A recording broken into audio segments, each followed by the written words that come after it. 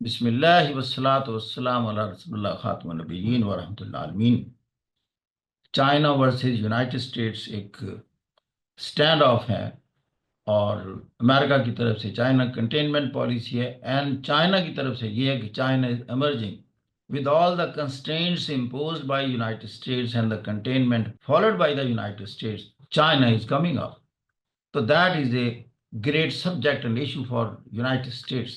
ये फिर कोई ना कोई उसकी स्ट्रेटजी नई से नई आ रही है। कभी वो ट्रेड वार से शुरू करता है, कभी कहता है मैं पनामा कैनाल को कंट्रोल कर लूंगा और चाइना पर सख्ती करूंगा कि उसके जो यूजेज ऑफ पनामा कैनाल है उस पर कंडीशंस इम्पोज करेंगे, क्योंकि चाइना का असर रसूख बढ़ रहा है in countries surrounding the Panama canal.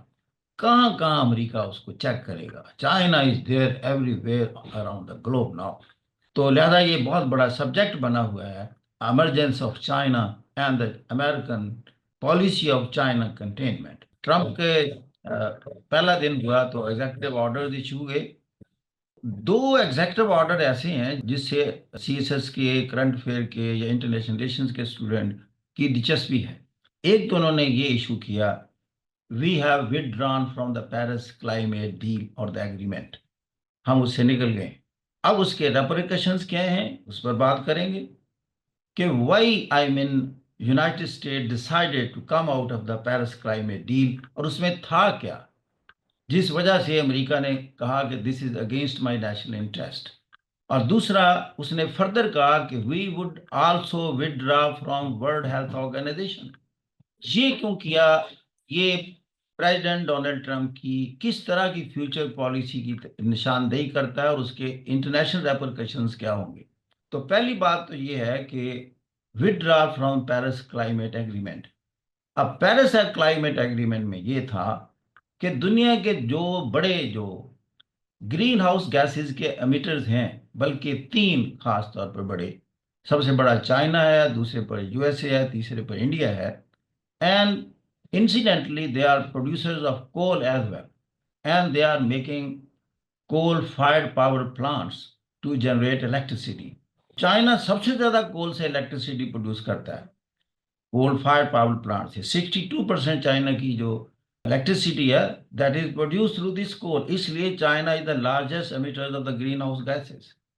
जब आप कोल को बर्न करते हैं तो सबसे ज्यादा खतरनाक जो ग्रीन हाउस गैसेज हैं, जिसमें CO2 नहीं है बल्कि सल्फर डाइऑक्साइड और भी गैसेज हैं, that goes into the atmosphere. India जो है ये 73% कोल को यूटिलाइज कर रहा है to generate electricity, and the United State is number 3, 16.2% electricity coal से पैदा करता है। तो they are coal dependent countries now. Likewise Australia भी। ये चार दुनिया के बड़े ममालिक हैं।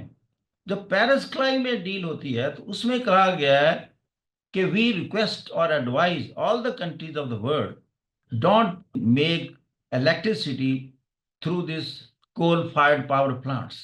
आप इसको मिनिमाइज करें ताकि दुनिया में ग्लोबल वार्मिंग अरेस्ट हो, ट्रेंड और क्लाइमेट चेंज से जान छूटे। पहले तो बात ये हुई कि आप हमें एक टाइम टेबल दें, हर साल आप अपनी फॉसिल फ्यूल की कंजम्पशन है कितनी कम करेंगे, और एक वेरीफिएबल मैकेनिज्म हो कि whether they are really put a curb on the use of the fossil fuel, particularly the coal. जब ये बात हुई तो उस वक्त भी अमेरिका ने कह दिया कि वेरिफिकेशन का एलिमेंट इसमें से निकाल दो। ये जो पेरिस क्लाइमेट डील है इसमें सिर्फ आप एडवाइस करें, लिहाजा फिर वेरिफिकेशन वाला पॉइंट निकाल दिया गया था। अब वो कह रहा है कि मैं बिल्कुल इससे यानी एडवाइस से भी निकल गए। It means America is going to focus on fossil fuel based energy. अभी मैं देख रहा था कि दुनिया में सबसे बड़ी इस वक्त जो गैस का एक्सपोर्टर है, शेल गैस का, अमेरिका एक्सपोर्टर बन गया है। क्योंकि अमेरिका अब नियर फ्यूचर में गैस को अब ये सेल करना चाहता है यूरोप को, इसलिए कि रशिया से जो यूरोप गैस लेता था उसको बंद कर दिया गया है। जो यूरोप है अपनी ज़रूरत का 40% एनर्जी का रशियन गैस से पूरा करता था, और जर्मनी सबसे ज़्यादा करता था, almost 50% of its energy requirements. और बाल्टिक सी में से दो नॉर्थ स्ट्रीम पाइप गुजरती थी जो कि ब्लास्ट कर दी गई, और अभी तक तहकीक हो रही है कि हु हैज ब्लास्टेड दैट। ये रशिया से जर्मनी को गैस सप्लाई करती थी। तो लिहाजा उसका फिर एक बड़ा नेगेटिव इम्पैक्ट यूरोप पर आजकल है कि यूरोप में एनर्जी की प्राइसेस बहुत बढ़ गई हैं। अब उसके ऑल्टरनेटिव सोर्सेज में कतर से एलएनजी ले रहे हैं और अमेरिका भेज रहा है एलएनजी। अब ये जो पेरिस क्लाइमेट डील से निकलने का मतलब ये है कि America is going to maximise this shale gas production and then its export to the world, particularly the Europe. अब दूसरी बात यह कि I would withdraw from the World Health Organization. World Health Organization में सबसे बड़ा कंट्रीब्यूटर जो है वो यूनाइटेड स्टेट्स है। अब ये इसमें अगर आप थोड़ा सा आपको फिगर बताऊं, 2020 और 2021 में जो इसमें कंट्रीब्यूशन हुई है वर्ल्ड लेवल पर, सबसे ज्यादा $751 मिलियन दिए है बिल एंड मेलिंडा फाउंडेशन ने। नंबर 2, यूनाइटेड स्टेट्स की गवर्नमेंट ने $693 मिलियन दिए उसको, यूके ने 487 दिए, और यूरोपियन यूनियन ने $466 मिलियन दिए। ट्रंप अपने पहले टेन्योर में थे, उस वक्त भी इन्होंने डब्ल्यूएचओ को जो कंट्रीब्यूशन थी उसमें कमी की थी। अब वो थ्रेट कर रहे हैं कि मैं टोटली उसमें से निकल जाऊंगा ताकि ये मेरा पैसा जो डब्ल्यूएचओ को जाता है वो ना जाए।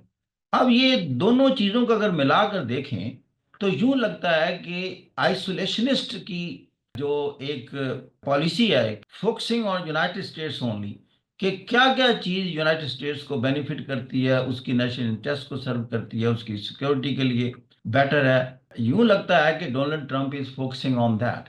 Thank you very much, God bless you.